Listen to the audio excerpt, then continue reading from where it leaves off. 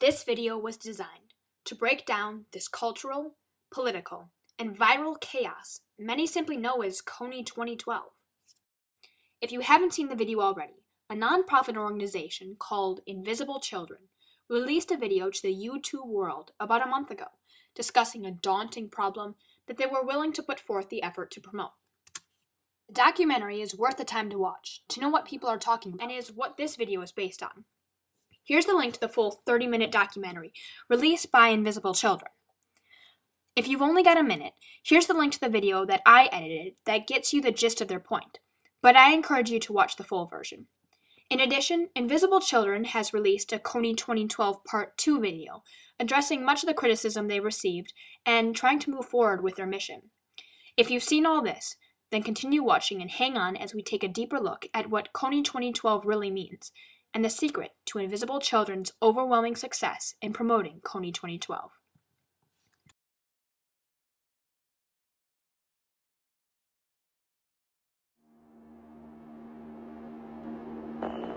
If you've been on Twitter or Facebook recently, you've probably seen a new campaign called KONY 2012. It's gone viral. 1 million hits per hour. Times. 60 100 million people have now Is watched. social media at its best? It's uniting people all across the world. Is this the new way to move the world to action? But this movie is not without critics. Critics say the film manipulates the facts. Simplifying the story. Oversimplifying a wildly complex issue. Message is too late. Joseph Kony and his forces have been significantly reduced. Pro-war activism. Utterly naive to By think next week, this will be a passing These fad. white Westerners sort of getting on a bandwagon, and actually they haven't got a clue what they're talking about.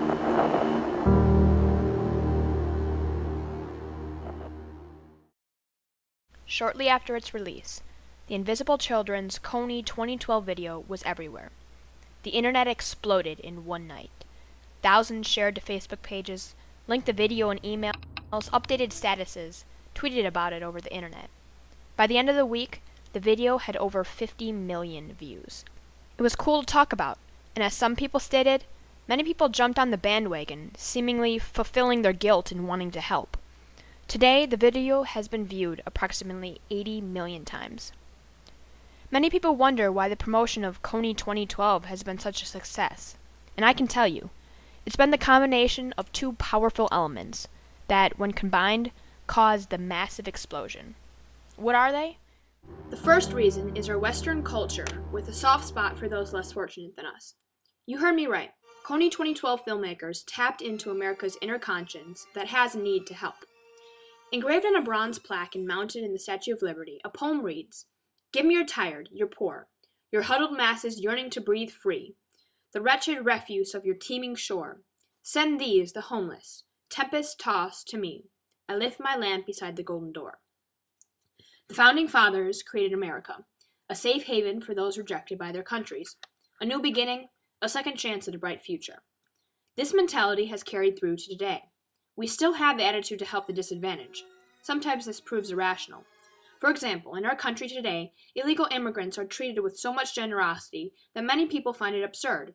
Hospitals are required to provide emergency care regardless of citizenship or legal status. They can acquire a U.S. driver's license like you and me.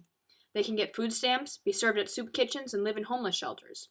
Their children can go to school funded by our tax dollars. One of the only explanations as to why our country continues to help these criminal dwellers is because of the guilt we feel in having been born into a much better country.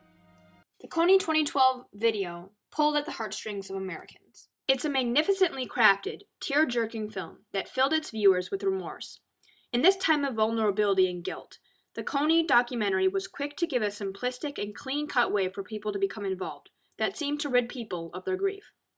The problem people don't understand is that America has been in this type of situation before. Back in the early 90s, the American government was pressured into sending American troops into Somalia. They were experiencing disjointed government and rebel groups that were running rampant all over the country. Then again, in the 80s and 90s, the American government was pressured into sending troops to Iraq to help them solve some of their governmental issues. Similarly, plenty of other organizations have attempted to do the same thing Invisible Children has done. However, these attempts in the past have earned minimal following and limited awareness. So what sets KONY 2012 apart from these other movements in the past? That leads us to the second element in explaining KONY 2012's crown of success. It's the internet. The internet is a tool that simply wasn't available to the movements of the past. This is the new method of communication, which has proven to be a powerful tool in generating awareness. Facebook, being one of the driving factors in spreading the KONY 2012 video, lent itself extremely well to spreading the news. Facebook has an exponential sharing capability that allows news to spread like wildfire. The average Facebook user has 245 friends and 156,000 people within the second degree of separation. In other words, a wall post could, on average, reach 156,000 people just by friends of friends. This guilt trip, plus the ease of publicity, equals an explosion. However, along with this chaos of activism, KONY 2012 has had its share of critics. They were quick to point out some of the documentary's flaws, and even question invisible children's motives. These next few points are important in understanding the truths of the documentary. First of all, what many people don't understand is that KONY isn't in Uganda anymore. He's moved out in the Congo Republic. He hasn't been seen for almost 6 years, and really, northern Uganda isn't the bloodbath that the documentary has led many people to believe. It's actually experiencing a time of peace, which has allowed the region to rebuild. Secondly, the KONY 2012 video was unclear about a video clip they included in the documentary, and has led many people to believe that KONY has 34,000 children currently in his army. In reality, the LRA stands at about 250 children soldiers. Instead, the 34,000 number represents the total number of kids that KONY has abducted over the past 26 years of his LRA leadership. However, it was reported that in the 4 weeks following the release of the KONY 2012 video, an additional 57 were reported to have been abducted by the KONY forces, and since 2008, nearly 2,400 people have been killed. What people don't understand is the fact that even though the LRA numbers are relatively low, they are displacing a disproportionate number of people, estimated around 440,000 people. Whether KONY is still in Uganda or not, and despite the fact that his army is at its lowest in numbers, the fact of the matter is that KONY is still out there and abducting children and killing people. Even though his cruelties may be lessening, it still doesn't make up for all that he has done in the past. After all, he still is the #1 criminal on the international wanted list. Thirdly, another criticism of the KONY 2012 is that it reduces the complexity of a much larger issue. Many people believe that KONY is running rampant throughout the country of Uganda, and the US just needs to send in some troops to arrest him. Many don't realize this is not really the truth, and in reality won't solve the bigger issues.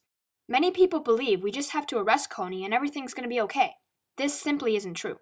First of all, Uganda's bigger issue is that they have a horrible government in shambles. Basically, it's a dictator that has been there just as long, if not longer, than KONY has been committing crimes.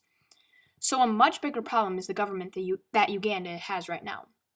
Even if we were to go in and send enough military to go in and find KONY, the thing is, basically, all we will be doing is plunging ourselves into another war.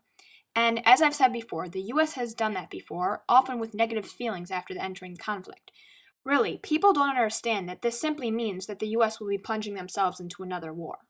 A way that this can be solved, that this just doesn't become another American unnecessary involvement, would be to make this a UN issue. The UN is a group of nations that come together, with one of their main interests being to attain and defend world peace. The point is, the UN does have a military force that can be used to serve and defend its interests. Every country involved in the UN used to be required to contribute to some degree to its collaborative army. However, over the past few decades, the UN's military force has undergone drastic cuts in funding. So much so that it's lost its prestige in fighting intimidation, to the point that today it's rather useless. Really, it's the US that's funding the group, and one country's contribution may just be 10 soldiers, or a tank, or something rather insignificant. And it's not really being used anytime today to do anything. Some people's opinion is that this KONY 2012 issue may serve as a wake-up call to the UN, as something that everyone can work towards to accomplish in order to restore peace there. What KONY 2012 was trying to do is to make the issue clear, and the plan of action to be clean-cut in order to make their cause seem simple. They wanted people to be able to wrap their minds around the plan of action with what seemed like an achievable purpose. The bottom line is, this issue is a lot more than just going over there to arrest KONY. It's a much longer process than what KONY 2012 documentary may portray. At this point, the US government needs to ask itself if it's willing to put forth the effort in trying to resolve this problem. In the end, do the costs outweigh the benefits? While it was the popular thing to post the video to Facebook walls, update statuses, like the Facebook page, buy the action pack, people really don't understand that this isn't enough to help arrest KONY, if this is what they're hoping to help do. At the end of the day, Invisible Children is a business. Yes, they are considered non-profit, but do people really understand what this means? A company is considered a non-profit organization as long as by the end of the fiscal year they have no profit remaining, that they can carry no remaining money into the next year. This means Invisible Children has employees, pays for advertisement, and is earning money to do things to further their company. They're making money, they're paying people, making these films, doing a lot of advertisements and such. A large part of Invisible Children's mission is to raise awareness to people. So making the video, holding talks, conventions, and all that sort of thing. All your money is going partially towards this. Much of their money is going towards and doing things other than just building schools in Uganda and helping to fund the radio project they've started in the jungle. They define themselves as a non-profit organization, and do so legally. They absolutely are. The problem is, this title of non-profit often makes people give money without thinking. Invisible Children could be a lot more transparent to its audience if it admitted that much of their work is to promote the problems, not necessarily in solving them. What you have to realize is that buying an action pack or donating money to Invisible Children isn't directly helping these children. But if you support their campaign to advertise and their campaign to bring issues to the public eye, they have done an outstanding job of that, and your money will help that cause. But what we need to understand is that simply liking a page, simply clicking a button, shouldn't become this generation's standard to involvement. Just doing this shouldn't make you think that this alone will be what help arrest KONY. I'm not saying that you need to be the next great activist or that you need to do something amazing, but we need to learn that simply sharing something on Facebook shouldn't be morally relieving. The best thing you can do is to learn the true facts about the problem, to become knowledgeable so you know what's going on, ask questions, and discuss it in a classroom or at the dinner table.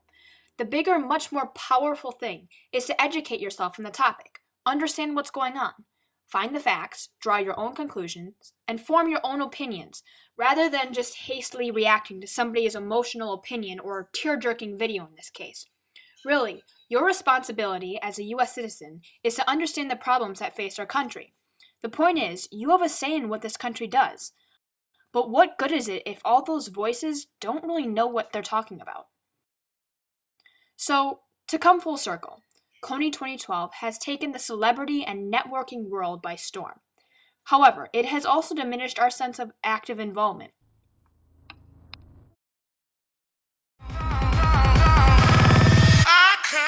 What I encourage you to do, and what I wanted the point of this video to be, was to motivate you to read up on these things for yourself of these different problems, whether it's KONY 2012 or some different issue. Demand to see the facts for yourself.